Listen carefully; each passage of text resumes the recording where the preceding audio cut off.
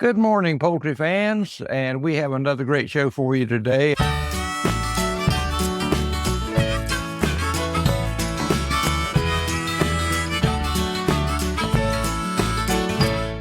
Joining me is Jeff Maddox. Everybody seemed to really enjoy your last program with us, Jeff, and we're eagerly waiting to have you back on, and we're very blessed to have you willing to join us. So welcome to the show, Jeff.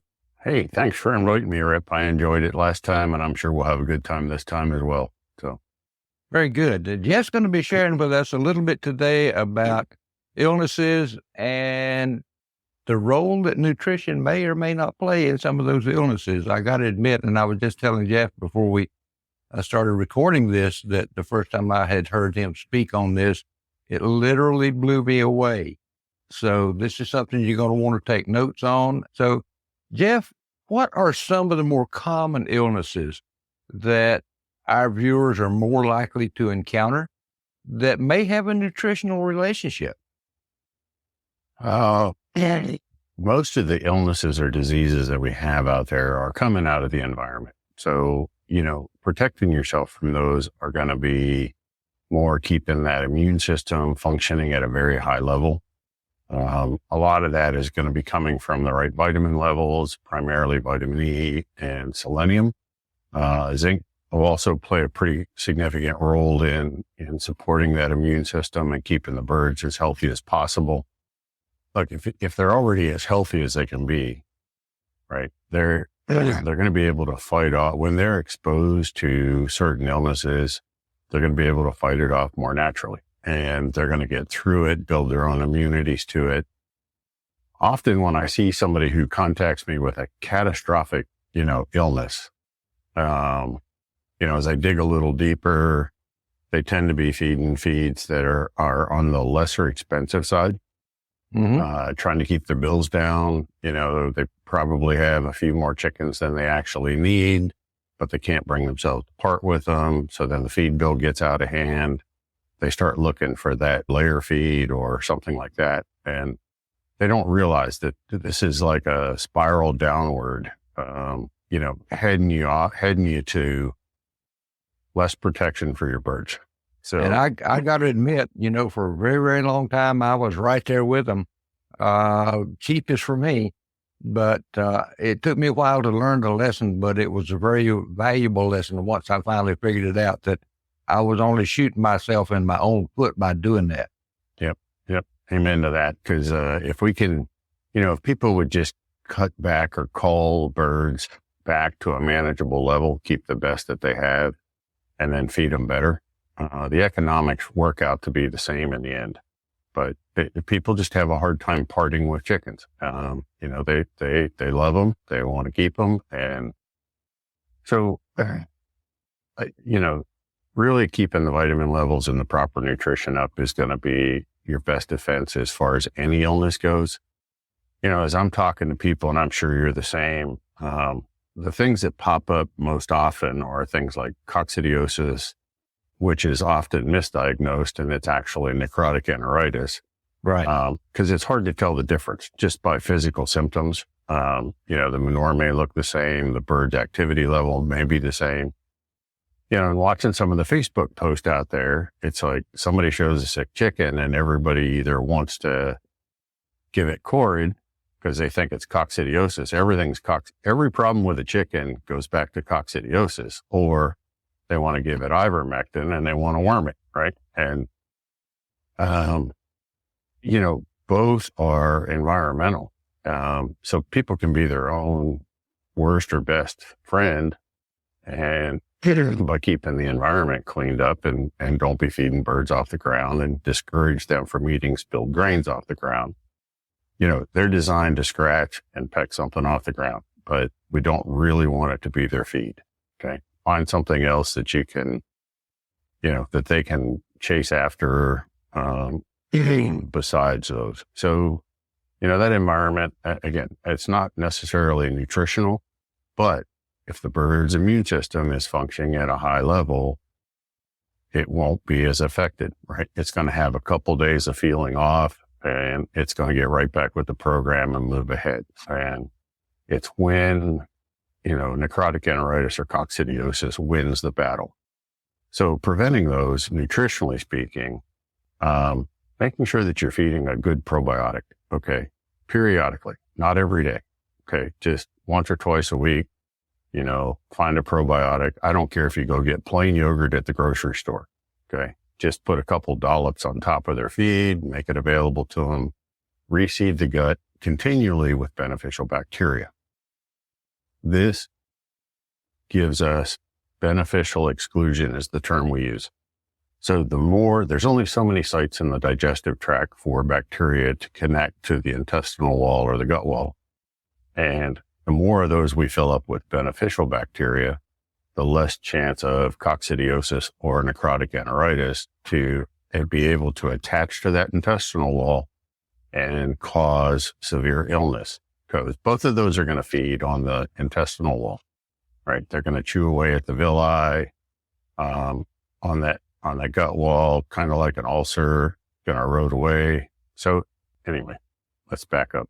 Probiotics, going to be your number one, right? So as a preventative, feeding probiotics is, you're going to be really happy with doing that. And, I can treat 100 birds with 1 pint of plain yogurt. I mean, that's how far that stretches. Wow. So you're not looking at a huge investment by any means, right? You can go get a quart of plain Greek yogurt, any yogurt, doesn't matter, plain yogurt. And a quart's gonna treat up to 200 birds. And for $2.98 or whatever the cost of that yogurt is, you did a great thing. Even if you only did it once a week, that's going to be beneficial. The simple sugars in the yogurt that come naturally from the milk are also going to feed the beneficial bacteria already residing in the gut. Okay. Not feeding the necrotic enteritis, not feeding the coxidiosis oocyst, but feeding the positive, lactobacillus type bacterias, and just feeding the gut in general. So people get all excited, if they have a little bit of coxidiosis. A little bit of coxidiosis is completely normal in a chicken's digestive tract. People don't understand that if you sent me a manure sample and I did a fecal float on it and I saw 0 oocyst, that bird's probably on the verge of dying, okay? Because it does not have a healthy gut. So 0 is not the right answer. Same thing for parasites, okay? I did that same fecal float and I'm looking for parasite eggs. I want to see 40 to 60 parasite eggs per gram of manure. That sounds like a lot, and it's not. Okay, so until you get well over 100 egg count, fecal egg count per gram, we don't really have anything to worry about. The birds are fine. Okay, just 0 is not the right number. Small amounts are part of the ecosystem of that chicken's digestive tract. Anyway, for treating parasites, if they're excellent. Go ahead. Did you have something? No, I was just going to say, okay. And I'm assuming you can start this at a very early age with chick, right on up through adulthood. Oh yeah. I like the first 48 hours, first 2 to 3 days, I want them pretty much chicks to only get on feed. So they know exactly what feed is. Okay. And usually at the end, in the afternoon of day 3, we can start with some type of a plain milk product. I don't care if it's whole milk, yogurt, whatever, whatever they choose is fine. Yogurt's easy to use. Whole milk is also fairly easy to use. Both will have the exact same effect on the digestive tract of that chicken. So, start at day 3. I like to do it again about day 7, and I'll do it again at day 14. The timing for this is as a preventative for coxidiosis. Notice I said day 3, not every day, day 3, day 7, day 14. Okay. I'm about a week apart and I'm seeding the gut, I'm helping the gut seed itself with positive or beneficial bacteria, which takes away a space for coccidia to attach, form, and grow. So that works really good. I've got several larger growers, on that protocol. They're doing the day 3, 7, and 14.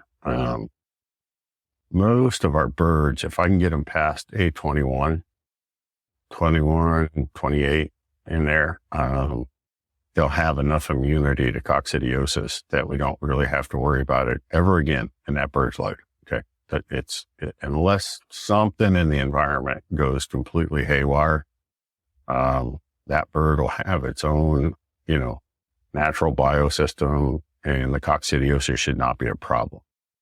Now, if I go in and treat a bird, I just had an incidence of this. Someone contacted me, horrible coxidiosis, losing birds, but the birds were started on a medicated starter.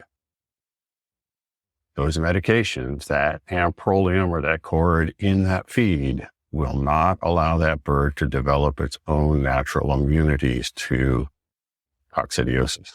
Right? It's going to inhibit, it's going to retard or slow down that immune system for development. I know a lot of people like to use medicated feeds because that's what the feed store tells them, or that's what their friends all use, or whatever the reason is.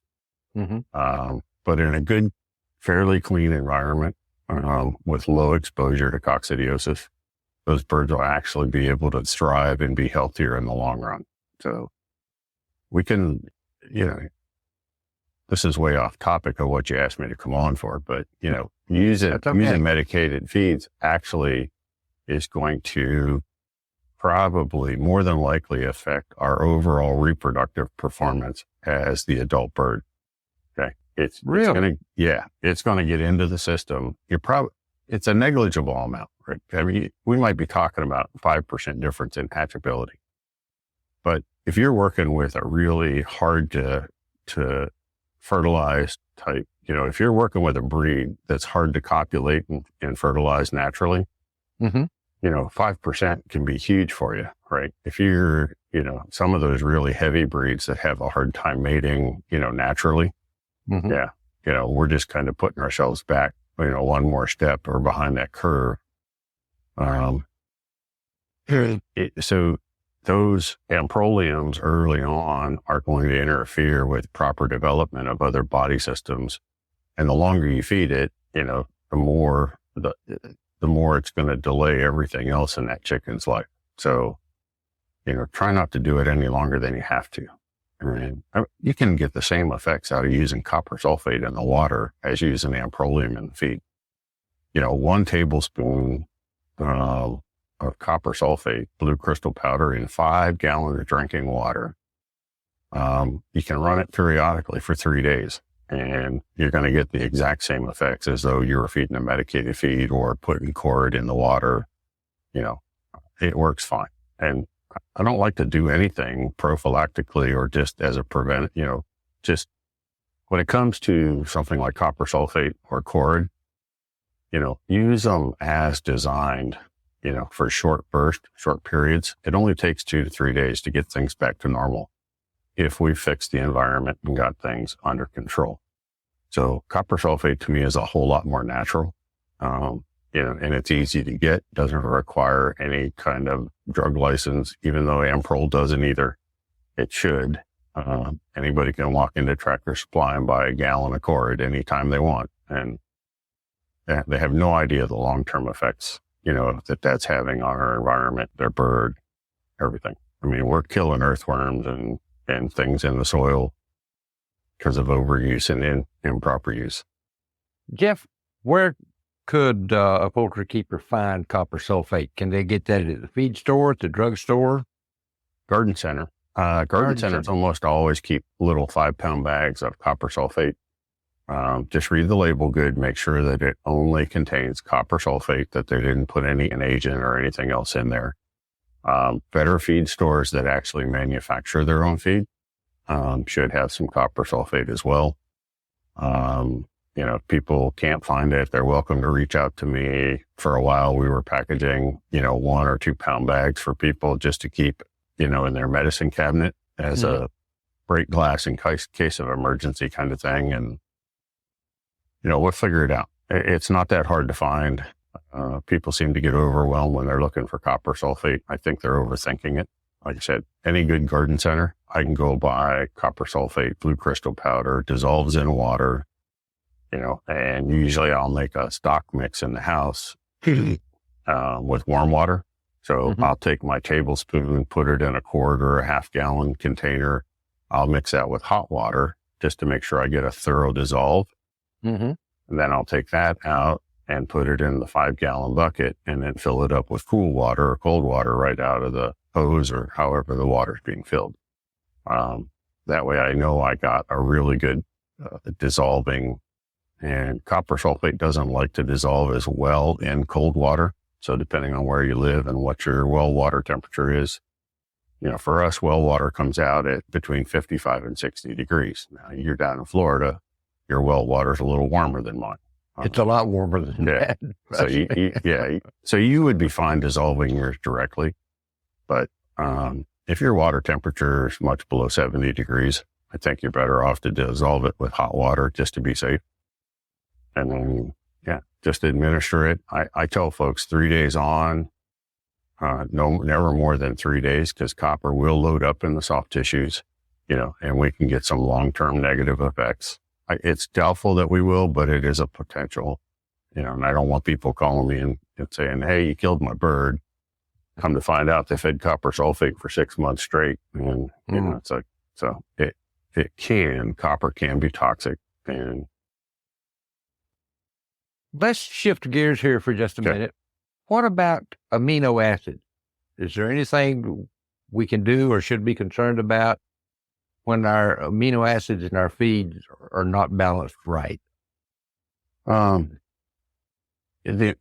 for showbirds, amino acids are really huge. I mean, you guys, the show community or the poultry community that has fancy fowl, they're looking for the better feathers, right? They want better feather development, and that's what they're going to see from better amino acids, primarily methionine. That's harder to get than the lysine. Lysine is fairly easy to achieve the numbers because it's coming out of grain type proteins, which is in most of our feeds. The methionine doesn't come out of grain protein very well. It doesn't show up very well in grain protein. So having a meat type protein, but methionine is responsible for immune system development, internal organs, and all those systems, how they develop at those early ages.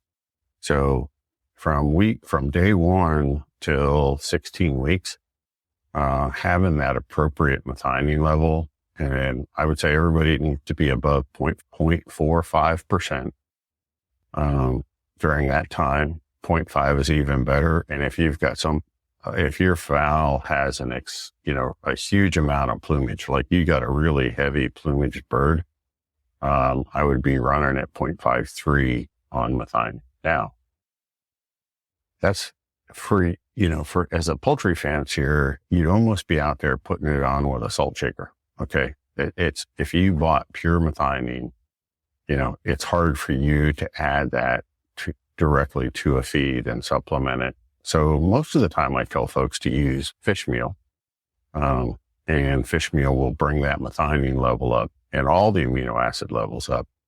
And as little as a teaspoonful a day of fish meal can make a huge difference. Again, that depends on the size and weight of the bird. The smaller, medium-sized birds in that 4 to 6 pound teaspoon's good. Heavier birds, heavy plumage, up in that 10-pound range or higher, I could be doing two teaspoons a day of fish meal. Birds like it. They like the smell of it. It's a meat protein. They usually go right after it. So it's not usually a problem to get them to clean it up. Poultry folks aren't real happy because it's powder and it falls to the bottom. So you're going to want to figure out a way to help it stick to, the other grains that you're mixing or that you're feeding. So it stays kind of in suspension, so to speak. And, fish meal and other meat type proteins, they're going to bring a lot of those missing amino acids. And they also, a good fish meal runs around 10% fat. So you're going to be picking up the omega-3s that your bird needs that it's not getting anywhere else. You're going to have better liver function. You're going to have better cholesterol depositing. The benefits kind of go on and on. But what they're going to see the most is way better feather formation. the feathers are just going to structure, at a higher level. And you can overdo it. I mean, beyond that level that I talked about earlier, you're just kind of wasting the methionine. It's just going to end up manuring out the back end. So if you're feeding the fish meal and you want to know if you have too much or don't have too much is, if you taste it in the eggs, you probably have too much, and back it down a little bit. But the other thing is undigested or unabsorbed protein is going to come out as an ammonia smell. So you're going to have a much higher ammonia smell, in the chicken house or wherever you're keeping your birds. Mm-hmm. So you may need to adjust it that way. People are also welcome to contact me, and I get back to them as quick as I can. And I can try and help them balance it out, and figure out the right level based on their birds. Because a bantam's not going to even need a full teaspoon. Half a teaspoon for a bantam type breed, just because of their body weight, is going to be plenty. And that's a pretty good rule of thumb, based on their body weight, because of how much feed they intake, and how much feather we have to deposit. What about vitamins and minerals? Yeah, What do we need I was to know there to keep our birds healthy? Yep. I mean, I kind of made a little bit of a cheat sheet after you and I talked, and so there's no sites out there that give you really great nutritional requirements for breeders. Right? So, it took me a while to figure it out. And go find something. And Hubbard, if you do a search on Hubbard breeders or Hubbard Poultry, they probably have, and their technical library will lead you down the right road, but they're calling for 65 to 7,000 international units of vitamin A per pound of feed, right? And vitamin D in that 2,000 to 2,500 range, vitamin E at around 100 international units per pound. So those are just some of them, but they give you a full list of the different vitamins you need out there. Now, these types of feed still are not off the shelf ready or available for breeding folks, for folks who have fancy fowl. Okay. It really saddens me that, somebody is not paying attention to it, and they may have been paying attention to it. I see a couple companies starting to think about it. Kalmbach out of Ohio has put together, a higher breeder feed. Still doesn't hit those levels I just talked about, but at least they're making the attempt. I think where it's failed in the past is it has a hard time hitting any market saturation. So when people see $25 or $26 a bag for feed, they're like, no way, I'm going down to Tractor Supply and buying 16% layer feed. And they don't understand what they're missing. Right? They until they try it, okay? They'll never see the difference until they actually try it. And you can also, you can purchase supplements to compensate for these and add it to existing feeds, which, is something that you and I know that I've come out with. It's one way to do it. It's at about 3 cents per bird per day. When I say it that way, it's not as scary. But when somebody calls to order a bag, they're like, holy crap, that's expensive. I can tell you from experience, and since I started using it with my birds, I have noticed a huge difference, not only in the way the bird's plumage looks, but also in the way the birds' bodies feel in my hand. And also, I see a difference in activities, and they just seem to be much calmer. I've got barred rocks, and golly, those things I thought were pretty calm. And these, now that I've got them on your supplement, golly, they're underfoot. I'm tripping and falling over them. I'm afraid I'm going to squish them. But they've just gotten real chummy. Yeah. Yeah. If their nutritional needs are being met, that's exactly what you want. I mean, they should be, depending on the breed, they're going to be really calm, laid back, not too excited about anything. That's a good sign. That's really a good sign. And I'm glad you're seeing that. And And the thing that really shocked me, to be honest with you, is it didn't take very long before I started seeing a change in their attitudes and that sort of thing. Like I said, they were much calmer. The other changes have been a little bit slower in coming about, but that, with plumage and some of these are young birds, and you got to wait till they molt those newer feathers in, but it definitely makes a difference, and I would highly recommend it. Yeah, right after the molt is when most people are seeing the biggest difference. So if they start, just before the molt, while the bird's going through the molt, coming out of the molt, they notice the plumage part of it way better.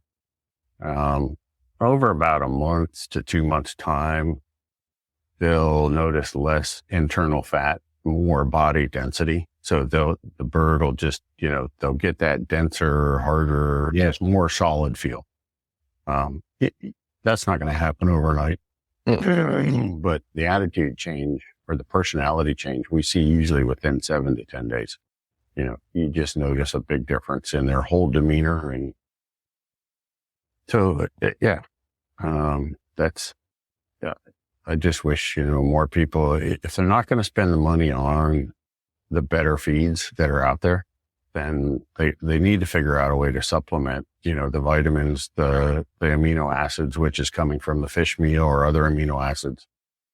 They're going to see a huge difference. And down the road, increasing those vitamins, like I was talking about Hubbard, and those vitamin levels. And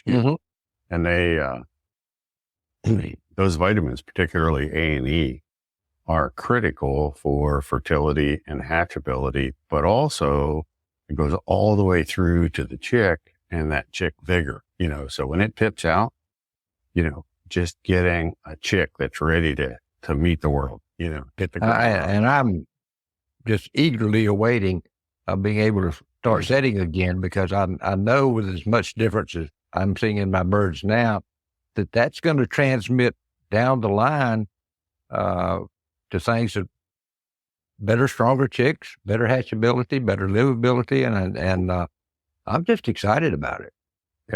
Yeah. Breeding performance can definitely go back to, nutritional aspects. They always bump up the selenium levels for breeder flocks. They always keep the vitamin A and E levels higher than usual. The D actually still helps, but the D is also helping to get the right calcium deposit. So you get the right eggshell formation. Everything kind of ties together with everything else. And, folks get weaker shells and they think they just add more calcium. That's not the right answer. Chances are, so calcium is the cheapest part of a chicken feed. That calcium number you see on a chicken feed is the cheapest ingredient in that entire bag. So if more calcium was the right answer, more people would be, putting in higher levels. Chances are something else is off, right? Is the vitamin D off? Is the phosphorus level off? Phosphorus is more expensive. Vitamin D is more expensive. So they're going to run those at those minimum levels to just barely get by to help keep their price down, because they know the shopper coming in is first thing they're going to look at is price per bag, right? And they're not comparing labels. They're not reading ingredients. They're not, so sometimes we're our own worst enemies in that aspect. But some of the nutritional related illnesses that folks could see, have you seen curly toe? Rip, ever seen curly toe? Okay. So that is a riboflavin deficiency. Okay. And I see that often get misdiagnosed as Merrick's or something else, but curly toe in a chick that shows up between day 5 and day 7, is a riboflavin deficiency, part of the B vitamin spectrum. Spraddle leg, where it looks like you kind of broke their leg right out to the side. That's a manganese deficiency. Now, if it's 1 out of 100, no, it's not.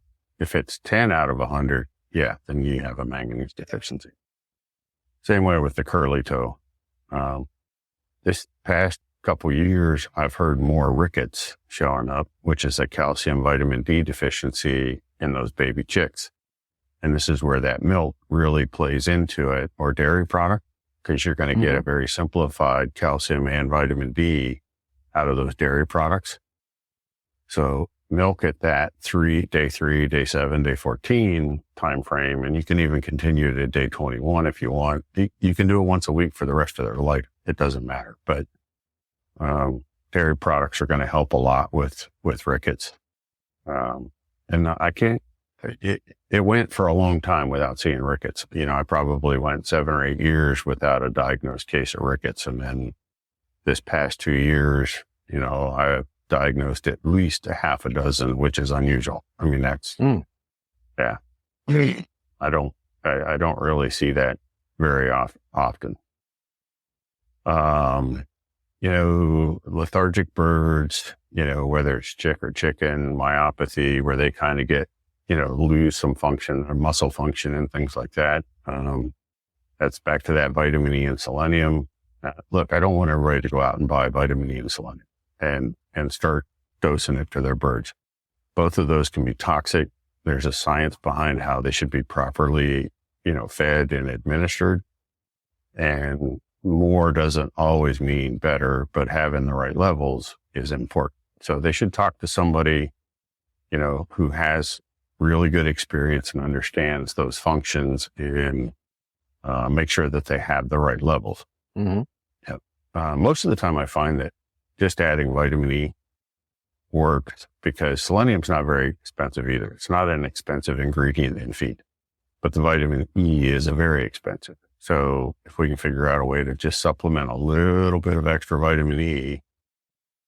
So to properly absorb selenium, we have to have the right level of vitamin E. The two work synergistically together in the body. Like, I can put a whole 50-pound bag of selenium in a chicken coop and let them have at it. And it's not going to do anything but make sick chickens. So if I don't have the vitamin E to facilitate proper absorption and utilization within the body system, those two work hand in hand. So same vice versa. Too much vitamin E gets toxic. If I don't have enough selenium to kind of buffer it and work it, correctly. Yeah. I've never seen it, but iron and copper deficiencies are going to show up so people with heavy cover or high color levels in their birds, especially if you got a bunch of blacks and you got a bunch of rust colors or reds in there, copper and iron are going to show up in those feathers, or not going to show up in those feathers, and the feathers just aren't going to have the right depth of color, but they'll also lead to anemia. Again, I don't see this very often. Neither of those are very expensive, but there are some backyard mixes that I've ran into where people don't understand the importance of those, and it'll make a big difference. Good. I was just going to say, talk for a minute, and I can't remember exactly where I heard you say this, but the role of B vitamin and the effect that it has on a flock's demeanor. So B vitamins as a whole, all the B vitamins are what we refer to as our calming vitamins, or they're your stress management. That's a better way to say it, because when you or I or any creature is under a heavy stress load, the B vitamins burn off very rapidly. Now, B vitamins are normally stored in the liver or the brain, mostly in the liver. But they're the vitamins that enable us to manage stress better. Okay. So, some major stress comes along. Those B vitamins are also critical to be deposited in the yolk for the chick, for hatchability, getting that chick off the ground. Those B vitamins are critical for that. But that's also a stressful event. Coming into that shell is not an easy task. We just kind of, look at it and wonder how that happens. But it's, your B vitamins are going to be your stress vitamins, and they're also going to be key to reproductive performance. And B vitamins are expensive. And, so again, they tend to, in a commercial type feed, they tend to keep those at lower levels, to help hold the cost down. So the bargain buyer will buy their feed over the next guy's feed. And in a breeder situation, that's definitely the wrong way to go. Trying to get every chick you can get to hatch is your future. I can't help but wonder what role B vitamins might play in some of our flightier breeds like leghorns, Minorcas, Anconas, the Mediterranean birds, who tend to be naturally flighty by nature. And I'm wondering if those folks that are raising those breeds might give that a shot. And if they just want to run a cheap experiment, there's a liquid B vitamin complex called Total B liquid, and it's a sublingual made for humans that can go underneath your tongue.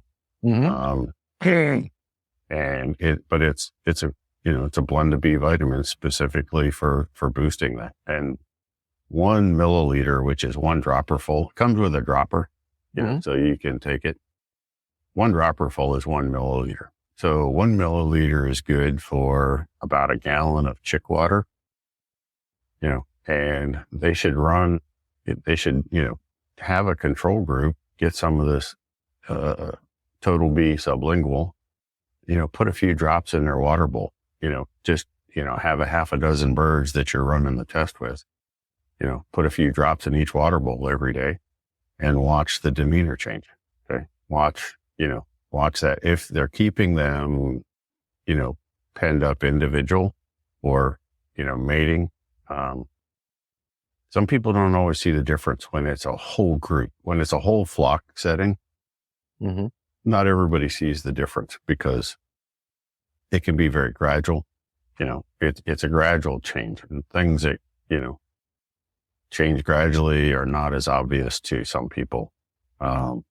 Otherwise, they'd have to take a before and after video, run it for it's going to take 10 days probably to notice a significant difference. But if you had one individual, hyper bird, if you're keeping them in pens, I think you could see that, pretty quickly. Just calm them right down. Very interesting. And so folks, if you breed one of these flightier breeds or you have a few birds that are flighty, get yourself some B vitamin supplement and see what you can do for your bird. Maybe just a very simple solution. Yeah. And inexpensive as well. That Total B sublingual is under $10 a bottle. It comes in a little 1 ounce fluid bottle. It's going to last you quite a while. It's going to let you know whether or not your feed has the right levels of B vitamins already in it. Right? If they respond to it, then you're missing something. If they don't respond to it, then then you probably have a half decent feed, and there's no need to, go yell at your feed guy and tell him you need more B vitamins. Well, Jeff, I know you're a busy guy. I don't want to keep you too long because I know you got a lot of irons in the fire today, and all those farmers, since it's raining, are going to be giving you calls and just burning up the rest of your day for you. Yep. But I want to say just thank you so much for taking the time to spend with us. And golly, every time I hear you talk, there's something, a little bell goes off up here. I need to remember that I gotta try that because it has been a very enlightening experience just to hear you speak. And I know I'm not the only one that gets something out of it because we've got a lot of viewers out there that get a lot of it out of it as well because I hear from them on a regular basis. So thank you very, very much. Thanks for having me.